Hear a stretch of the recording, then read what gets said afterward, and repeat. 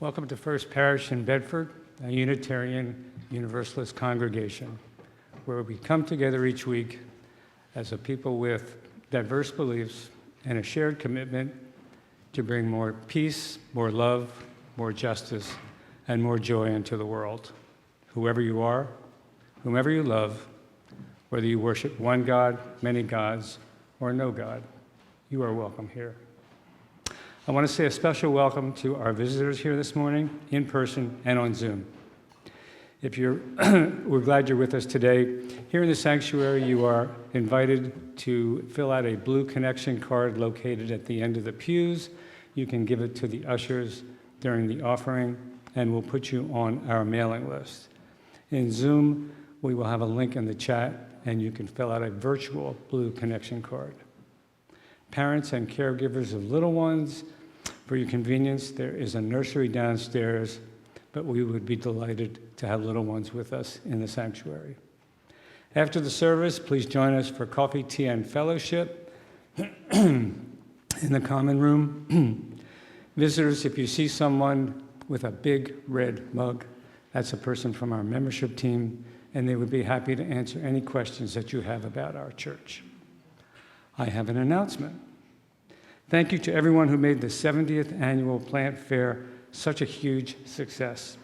It was an amazing day of sharing plants and crafts and food and music in our community. It takes an enormous list of volunteers to make it all possible, and we appreciate you all. But I want to say a special thanks to Bea Brunkhorst and Dorothy Africa. Let's hear it. Yeah. It's a huge undertaking. We raised over $7,000. Yeah, I'll hear it. And as a way of giving back to the community, we're making a $1,000 donation to the Bedford Food Pantry. Yeah. And now I'd like to invite up Sarah Dorr to say a word. She's from Stewardship, and say a word about this year's pledge drive.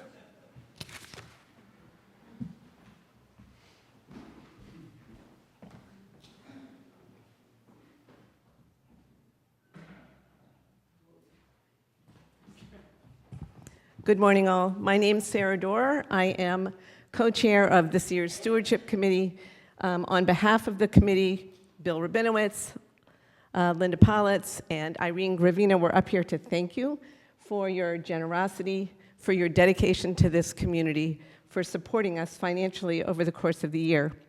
So in a year where the capital campaign was so visible, every week, asking and making numbers that are really astronomical. Your annual stewardship team was working sort of behind the scenes and quietly sending out letters, sending emails, making phone calls, sending texts, and we're at a point where we have over 91% of the congregation that has given so far to this campaign. We would really like to thank you. We have met the goal. Doesn't mean that if you haven't pledged, we wouldn't love some more money, but the parish board and the ministers can now sit down and they can create the budget for next year. So really quite remarkable. Our theme for this year was Embrace Hope. It followed along with Jamie and Annie's theme for the year in terms of the church year, which was hope. And we are ending the year really quite hopeful, and in gratitude to all of you who are here sitting in the sanctuary, all of you who are on Zoom who've contributed. And each star, I know you can't read anything here, but those stars represent all of you who've pledged so far. So if you're pledged, you have a star that's right up there. So thank you very much.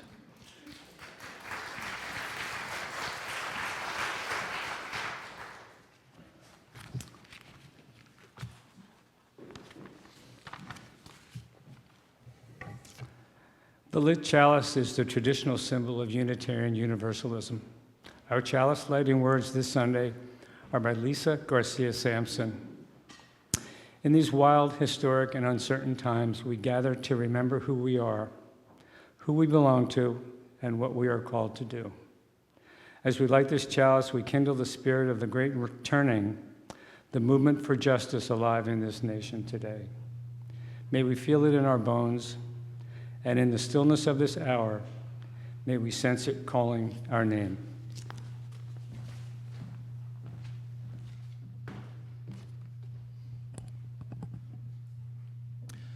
So welcome again. My name is Jamie Hinson-Rieger. I'm the senior minister here at First Parish. Our worship associate this morning is Rich Suval, and Steve Sussman is our fabulous pianist. Welcome to this House of Hope. As Sarah mentioned, hope has been our overarching theme for this entire year of services, and I hope that we will end today leaving you feeling lifted up and hopeful with our offering today. Today is a fun day. This is the day for the Sermon Auction award-winning sermon. So every year at the annual service auction, we put up for bid one sermon on a topic of your choosing to be delivered by me. And at last year's auction of 2024, Peter Cho was the winning bidder. 2025. Peter Cho was the winning bidder. So here we are getting that sermon in just under the wire. This is actually the last full sermon that I am preaching this year before we break for the summer in June. And Peter asked me to talk specifically about the Trump phenomenon, thinking of the ways in which Trump has been an undeniably disruptive force, and whether we should think of Trump as the cause of all of the changes that are happening around us, or more like a symptom, of other changes that are already happening. Now, I am not a political scientist, as will be apparent after today's sermon. And as I have mentioned before on this subject, my singular claim to fame in this regard was promising my then 17-year-old and very worried stepdaughter way back in the summer of 2016 that there was absolutely no way in the world that Donald Trump would ever become president. Never going to happen. So there you have it. Please take everything I have to say to you today with that in mind. We do not usually talk so explicitly about politics on Sunday morning here. On Sundays, we talk about values and big ideas and challenges in the world. We criticize specific actions or policies, not parties. Partisanship is not our purpose. And it is true that because of the extraordinary nature of the times we are living in, I have, on more occasions than I would like, put myself at odds in this pulpit with the current administration and the president. So today is going to be one last such hurrah for the church year. The last thing I will say is that as a UU congregation, we operate under two systems: freedom of the pulpit and freedom of the pews. Freedom of the pulpit means I am encouraged, nay, expected to say whatever I believe to be true without fear or favor. Freedom of the pews means that you all are free, nay, expected to pass your own critical judgment on whatever I have to say and decide for yourselves if I am all wet. And I hope, if it is the latter, that you will find me and tell me. I love to hear, of course, when people agree with my sermons because I am human, but I especially love to hear when people disagree with my sermons because I'm a Unitarian Universalist, and that is how we grow together. Our great Universalist ancestor, Hosea Ballou, said, "If we agree in love, then there is no disagreement that can do us any injury. But if we do not, then there is no agreement that can do us any good. Let us endeavor then to keep the unity of the Spirit in the bonds of peace." Our opening hymn today is number 1 in your gray or cloth-bound hymnal. May nothing evil cross this door. I'm going to ask Steve to play it through for us one time. Please rise in body or spirit.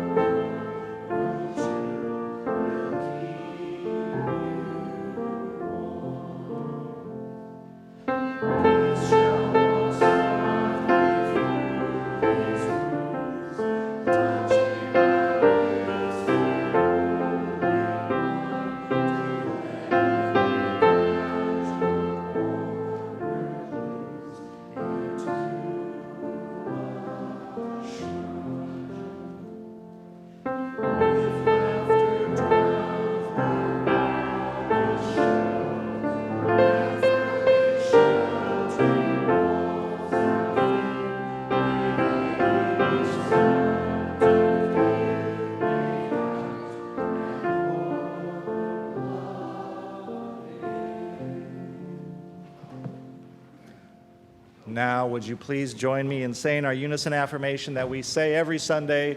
The words are in order, your order of service and also on the screen. Love is the spirit of this church, and service is its law. This is our great covenant, to dwell together in peace, to seek the truth in love, and to help one another. El amor es el espíritu de esta iglesia, y el servicio es su ley. Este es nuestro gran pacto, vivir juntos en paz, buscar la verdad en espíritu de amor, y ayudarnos los unos a los otros.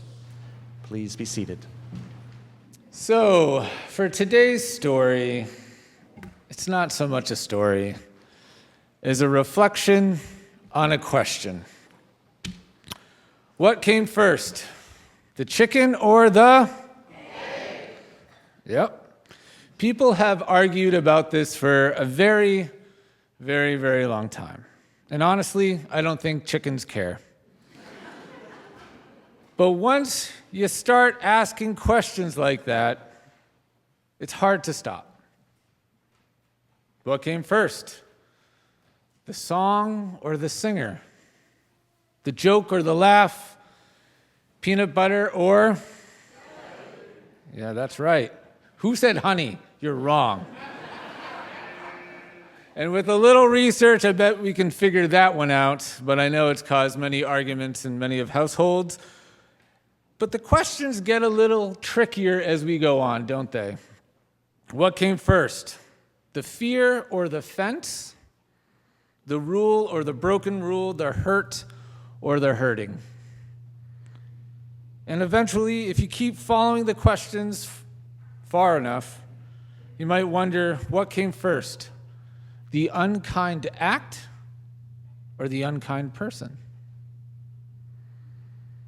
Now, that's a harder question, right? Because sometimes people do hurtful things. They say cruel things, make others feel small, unwelcome, spread fear and selfishness in ways that deeply, deeply affect our world. And when that happens, it can be tempting to decide, well, they must be bad. That's a bad person. But as Unitarian Universalists, our values ask us to pause before we put anyone inside a box. And that doesn't mean we excuse harm or pretend cruelty is harmless. Our values call us to protect one another, speak up for justice, and stand firmly against fear and oppression. And sometimes people who follow hateful ideas, fearful movements, selfish leaders, but our tradition reminds us that it's how we respond to harm that matters most. Because opposing hate is necessary, right? But becoming consumed by it is something else entirely. Our traditions invite us to reject harmful actions without forgetting that human beings are often more complicated than the worst thing they've said, believed, or done. And often underneath unkindness, something else came first. Fear, neglect, loneliness, embarrassment, pain, shame. The list goes on. But here's the hopeful part. If hurt can spread, kindness can spread too, like peanut butter and jelly. A smile can come first, a welcome can come first, an apology can come first. Sometimes a second chance can come first too. And we have the power to begin that. And maybe that's part of our calling as you use, not to spend our whole lives solving impossible questions like what came first, the chicken or the egg, but to ask instead, what comes next? Can kindness come next? Can courage come next? Can understanding come next? Can love come next? Because the future is shaped less by where things started and more about what we choose to grow in the now. Okay, I'm now going to call us to sing our children to class. Thank you.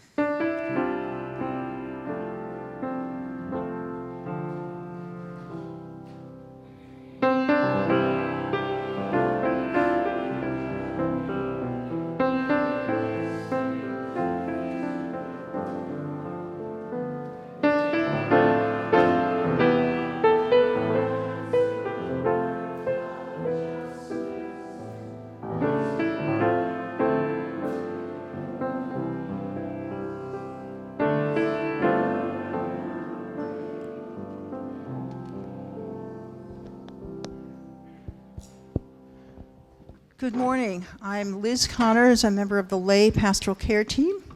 And this is the time in our service when you're invited to come to the candle stand and share a joy or concern with us.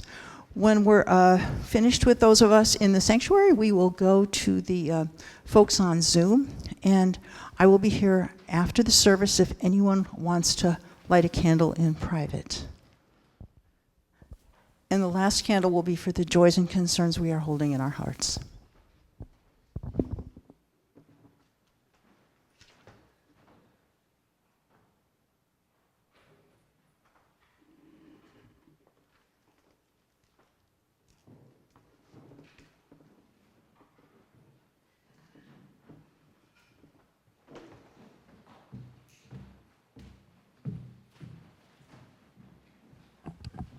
Our meditation hymn today is number 83 in your gray hymnal, Winds Be Still.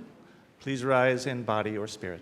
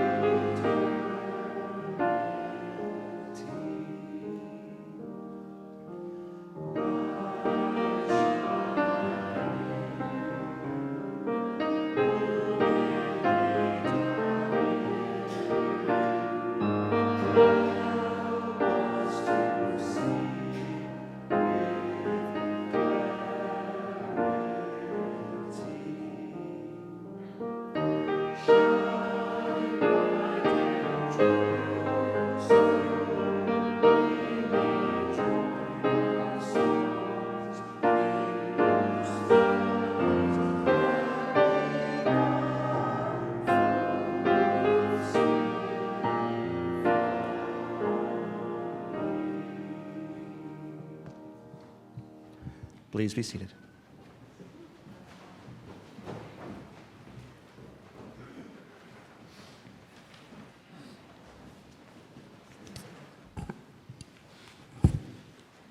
About a year and a half ago, I introduced the offering with a riddle, and I have been asked to repeat that riddle. How many Unitarians does it take to change a light bulb? Well, as Unitarians, we choose not to make a statement either in favor of or against the need for a light bulb. However, if in your own journey you have found that light bulbs work for you, that's wonderful. And you're invited to write a poem or compose a modern dance about your personal relationship with your light bulb.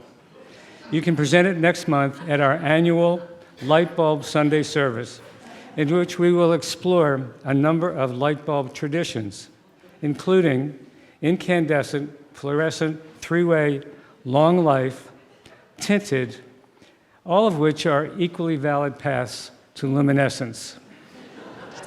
Please help us to keep the lights on here at First Parish by giving as you are able.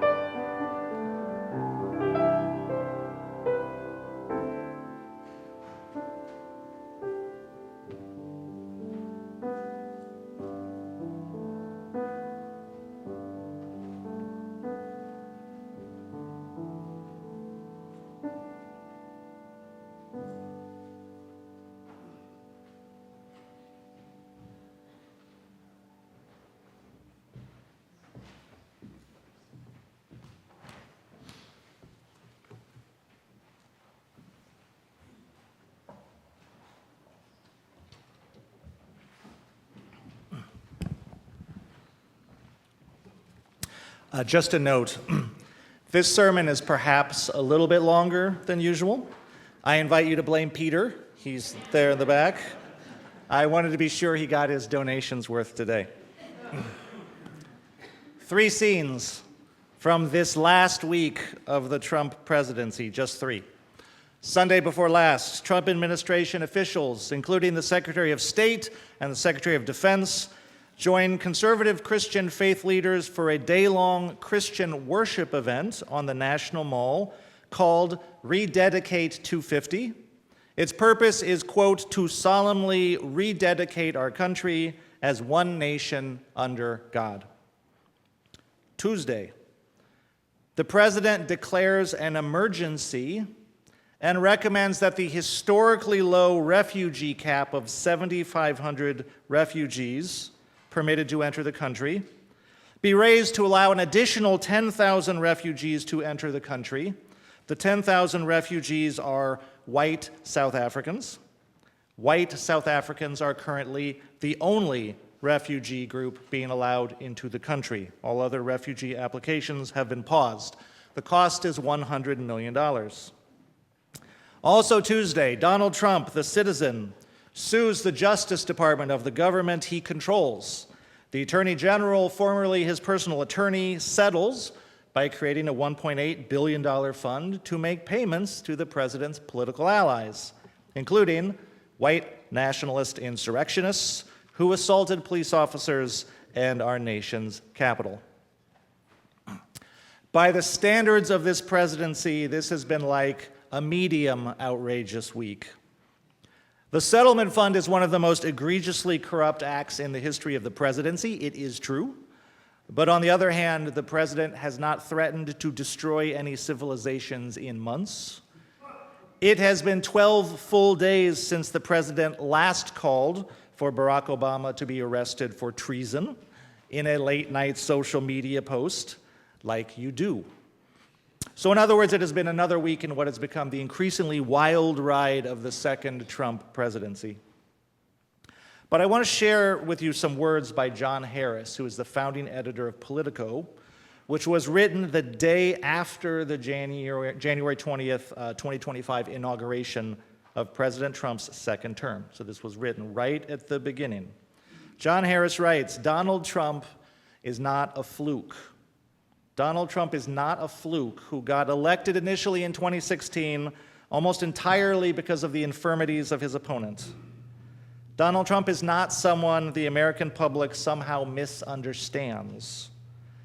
He is someone with an ability to perceive opportunities that most politicians do not, and to forge powerful, sustained connections with large swaths of people in ways that no contemporary can match.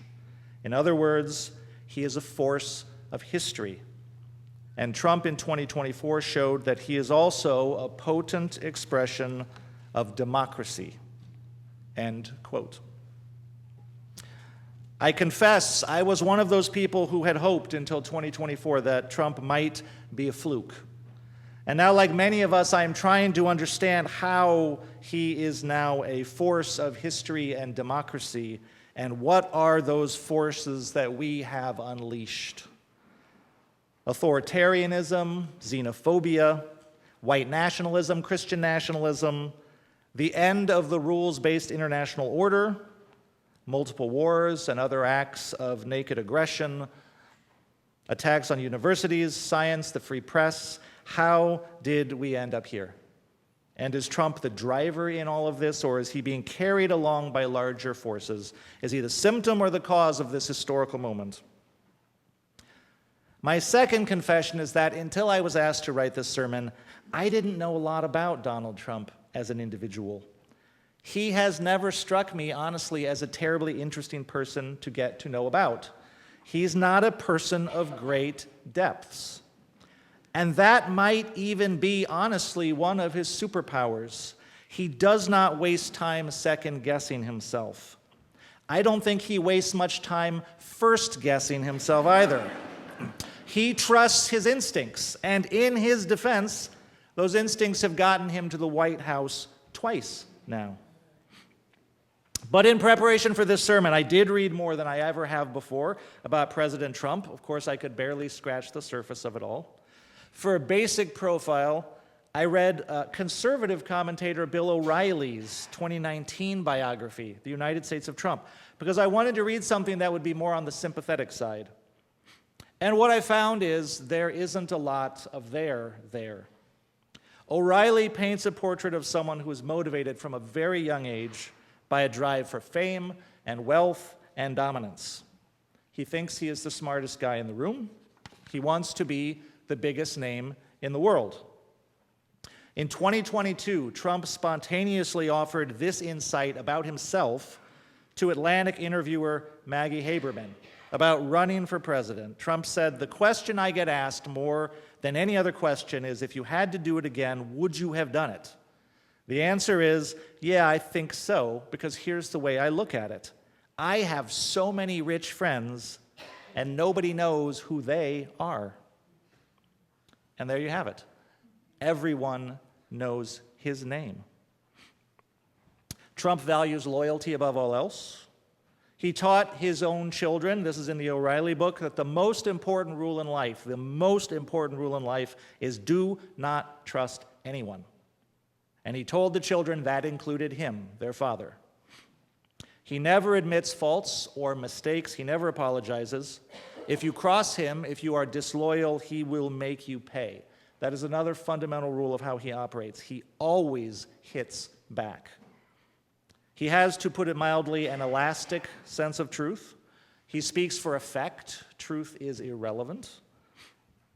Trump is not particularly ideological historically. He changed parties 5 times between 1987, the first time he talked about running for president, and 2016, when he ran successfully as the Republican candidate. In the process, he has completely remade the Republican Party. Some of his positions about NATO, about China, about immigration, about trade and globalism and manufacturing, these appear to reflect long-standing convictions or grievances that he has held, at least since the 80s. He launched his political career by pushing the racist birther lie that President Obama was not born in the United States. So he is certainly comfortable exploiting the forces of racism for his own personal advantage. Other issues, like overturning Roe v. Wade or demonizing transgender people, appear to have been adopted relatively recently and more out of convenience. He says these things because it serves his purposes to do so. But there is no question that Trump came into the presidency with big ideas and a determination to make enormous structural changes in our country. There's nothing small about him as a candidate or as a president. As a candidate, he had a genius for making the other candidates appear boring by comparison. He became the absolute center of the media landscape by being ceaselessly outrageous. He learned quickly that there was no drawback to that strategy. It worked. So as a president, he has become a master manipulator of the news cycle. It has been said that every successful president learns to exploit the media of their age. Trump was the first president to master the new media landscape, particularly social media, which allowed him to speak directly in an unfiltered way with his supporters. It's hard to remember now, but there was a time when we as a nation did not learn about major policy changes and declarations of war through late-night posts on social media. It's true.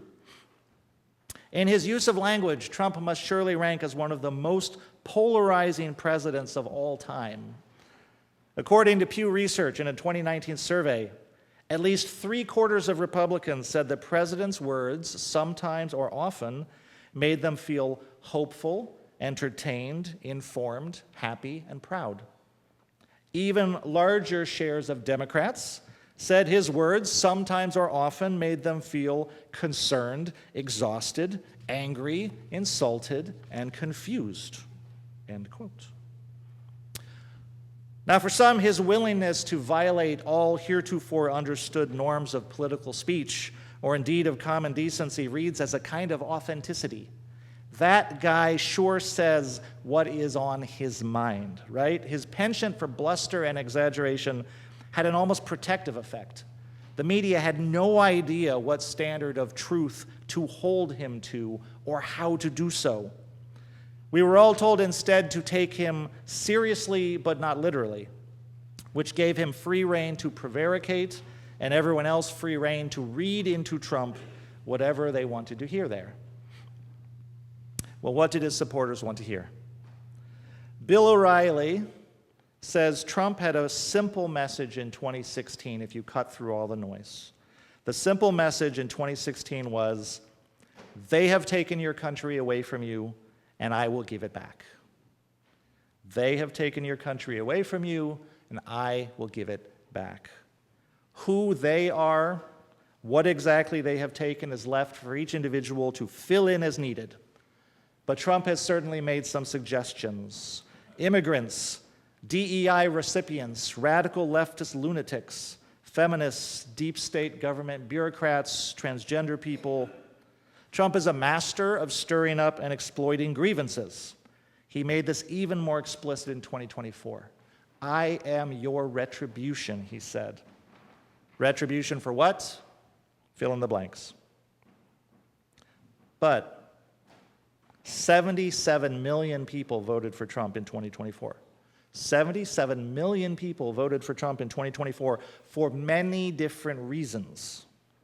So I Googled neutral questions like, why did people vote for Trump in 2016? And why did people vote for Trump in 2024? Trying to understand this a little better. And I Googled other questions like, what are Trump's biggest accomplishments? And why is Donald Trump the greatest president of all time? And for people who view him favorably, the list of accomplishments in his first term is significant. He removed regulations. He lowered taxes. He pulled us out of the Paris Accords, and he made America the leading energy producer in the world. He threw out and renegotiated trade agreements, which many people blamed for devastating the middle class and the manufacturing base of this country. The economy in his first term was extremely robust until COVID-19, a major reason why he won re-election in 2024. The stock market hit stratospheric new highs. He was the first president since Reagan not to start any new wars. The first president since Reagan not to start a single new war. So conservative commentator Mark Thiessen, trying to make the case for him in 2020, urged people to essentially hit the mute button and look at his accomplishments. Mark Thiessen said, yes, President Trump says a lot of stupid, even repulsive things, but look at what he's done, and don't you love low taxes, economic growth, and no new wars? And I offer this context to you because for some people who are not Trump supporters, the question, how can people vote for that guy, carries with it an almost existential pain, right? What does it say about our country that we elected this guy not once, but twice? And I can tell you that many people voted for Trump in 2024 for very prosaic reasons. Economic stuff, kitchen table stuff. You can read interviews with voters who said essentially, I can't afford my grocery bill. And I remember that the economy was better in 2017, so I gritted my teeth and I voted for him. Many voters said the same thing in 2016. I don't like what he says, I hate the way he says it, but I can put up with that for 4 years if it gets the policies that we need. James Carville famously said about running Bill Clinton's presidential campaign, it's the economy, stupid. There's a case to be made that in the 2024 election, it was indeed the economy. But if that's so, why has this torrent of other awfulness been released as well? Why is the Secretary of Defense leading prayer circles in the Pentagon while his own personal pastor longs for a day when women don't vote? Why is the Department of Homeland Security promoting white power propaganda on its social media pages? Why is the Secretary of Health and Human Services making shirtless workout videos with Kid Rock? What is going on? Social psychologist and author Jonathan Haidt, in an article called why the past 10 years of American life have been uniquely stupid would place a lot of the blame on the rise of cell phones and social media. And remember, this change in the media landscape coincides almost exactly with Donald Trump's rise to power. The algorithmization of the way that we receive news and information has pushed us all further and further apart into such polarized spheres of information and disinformation that we all practically inhabit different realities now. These echo and outrage chambers promote and encourage increasingly extreme social and political views. Pew Research reports that in a 2019 survey, around 3/4 of Americans said most Republicans and Democratic voters disagreed not just over political plans and policies, but basic facts. 3/4 of Americans agree. We can't even agree on the basic facts anymore. Pew Research noted that President Trump himself drove increasing Republican distrust of the media over time. The outlets that he named as untrustworthy, his followers stopped trusting. So he is both symptom and cause here. He has regularly been a disseminator of what his administration famously called alternative facts. In a January 2021 poll, 3/4 of his supporters said that Trump probably or definitely won the 2020 election. He lost that election. Trump has an authoritarian's insistence that reality is whatever he says it is or needs it to be. But he's able to spread those distortions by exploiting those recent structural changes in how we receive information. For a different take on the appeal of the more fringe cultural elements of the Trump movement, I commend to you David Brooks' April 2026 Atlantic article called "History is Running Backwards: Why Reactionaries Are Taking Over the World." And I want to thank Peter Cho for directing my attention to this article as part of my preparation for this sermon. David Brooks argues that many people are feeling sort of a crisis of meaning in the modern world. Brooks says that the promises of unfettered individualism, of openness, of mobility, they were supposed to make us free, but they have instead left us feeling rooted and isolated. Think of Robert Putnam's Bowling Alone. Social bonds are attenuated, traditions are abandoned. He said, we do not have a shared sense of place. We do not have a shared sense of belonging. It's like we are all homeless in our own country. We're not rooted in space or in time. He says science and technology have disenchanted the world. Materialism and consumerism have robbed us of a grand purpose or a shared narrative. These are not unreasonable critiques. Many of us feel that something has gone fundamentally wrong with the world of late-stage capitalism. We're not meant to substitute consumerism for community in our lives. Unitarian Universalism could make many of these same critiques, and has. And into this vacuum of meaning and purpose come these various traditionalist reactionary movements.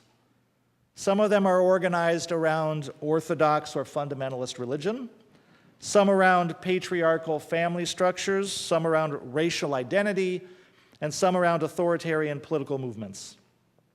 But what all of these traditional movements offer are different pathways to restoring a sense of order, of community, of meaning, and of shared purpose. They restore belonging. And different versions of all of these movements have attached themselves to the Trump phenomenon. Christian nationalism, the reassertion of male-dominated families, tradwifing, telling young women to forego careers, denying women the right to vote, white nationalist movements of many different varieties, a general distrust of democracy and a preference for authoritarianism. All of these have sort of conglomerated around the Trump phenomenon. Regarding young people and authoritarianism, the Harvard Kennedy School says that only 27% of Gen Z respondents strongly agree that democracy is the best form of government, compared to 69% of voters over 58. Less than 1/3 of Americans under 30 trust the government. Only 16% of our young people believe that democracy is working well for them. So these movements are finding an audience among young people who often encounter them online through social media influencers, that reason why the last 10 years have been so uniquely stupid.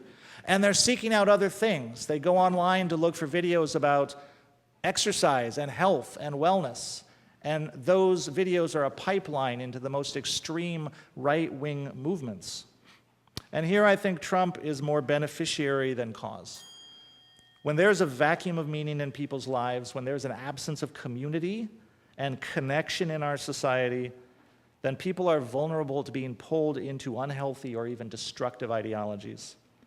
People will turn fake fights on the internet into holy crusades. People will substitute politics for spirituality and meaning.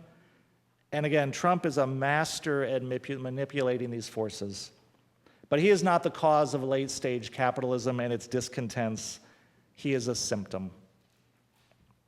And lastly, or at least the last phenomenon I'll address, these new social forces and these structural changes are laid on top of a very old and well-worn groove in the American psyche, and I'm talking about racism.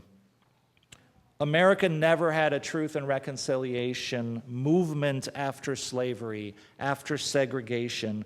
We never really had to reckon with our own history, particularly those who benefited from it. And the temptation to sweep the reality of that history of racism under the rug is enormous. And some people interpret Dr. King's famous "I Have a Dream" speech in precisely that way, that the way to create a world without racism is to stop talking about race, and in this way become colorblind. Dr. King never said that.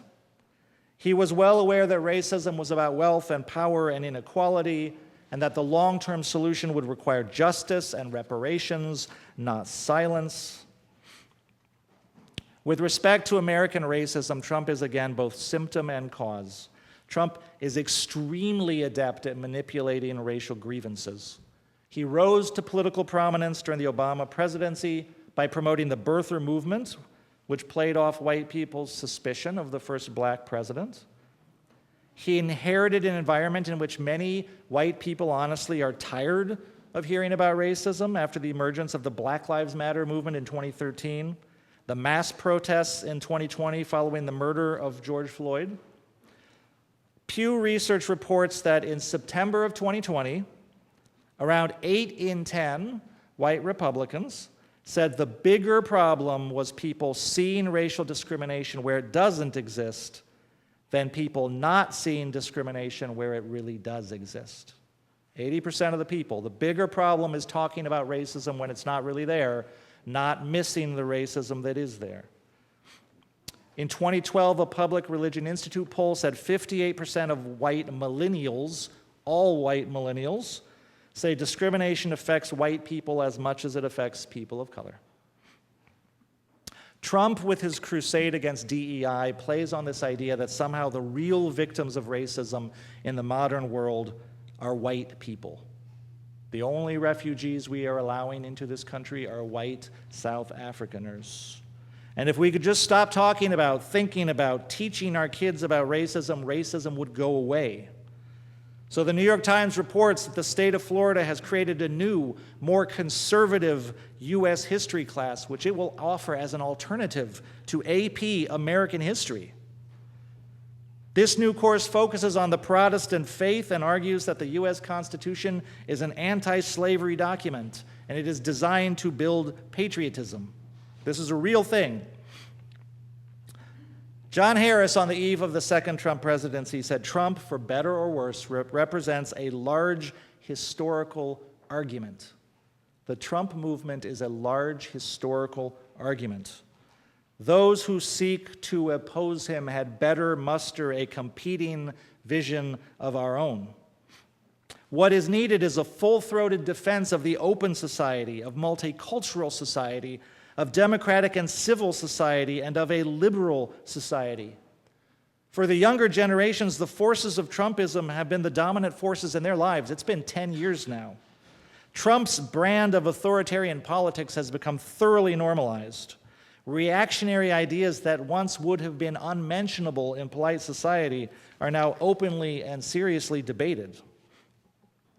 So for those of us who believe in democracy, in pluralism, in religious freedom, in the freedom of press, civil rights, civil equality, it is incumbent on us to begin to speak up loudly and forcefully for these values.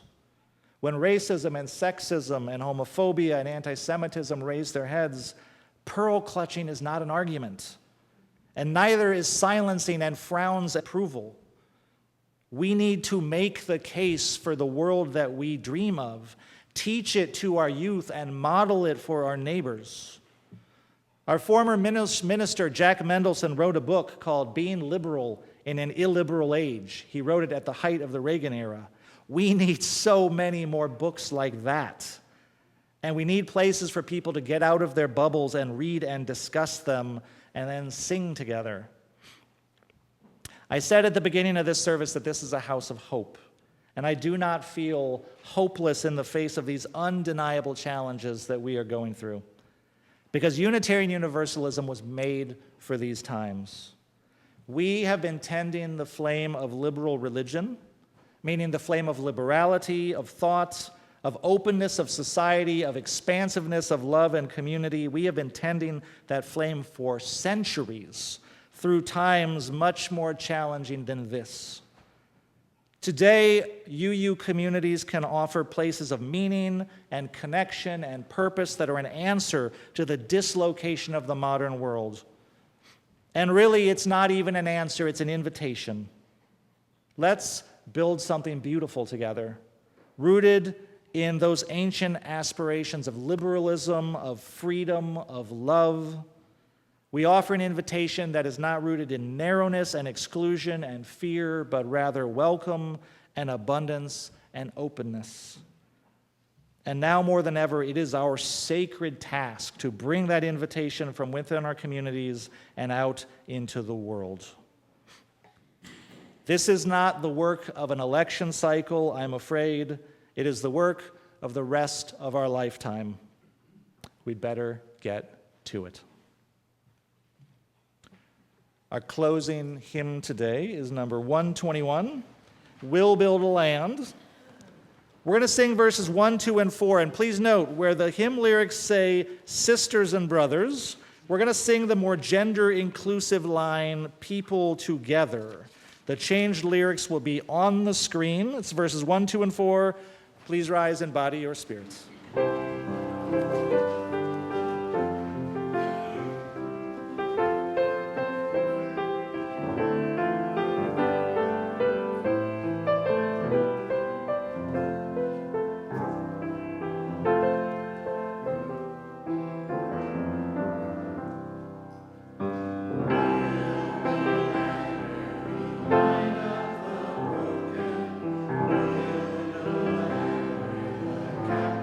Go